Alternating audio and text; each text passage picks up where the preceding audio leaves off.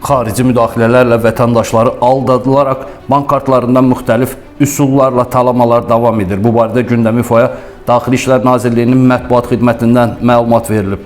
Qeyd edilib ki, bank kartları ilə əlaqəli xarici zənglər, mesajlar cavablanmadan, saxta linklərə daxil olmadan bloklanmalıdır.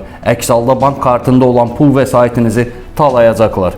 Bildirilib ki, aprelin 9-da ayrı-ayrı vətəndaşların müxtəlif kiber üsullarla 12850, 8211, 8210, 4466, 2000, 1200, 700, 300, 300, 261, 260, 260, 175, 143, 85 və 83 manat, bütövlükdə 39504 manat və 595 dollar pul vəsaitləri bank kartlarından oğurlanıb. Bir daha vətəndaşlara şübhəli zənglərdən gələn cəlbedici qazanc, sığorta, bank hesablarının möhkəmləndirilməsi, mədaxil üzrə ödənişlərlə əlaqəli təkliflərə diqqətlə yanaşmağı tövsiyə edirik. Qəti formada şəxsi bank məlumatlarını naməlum şəxslərə verməyin.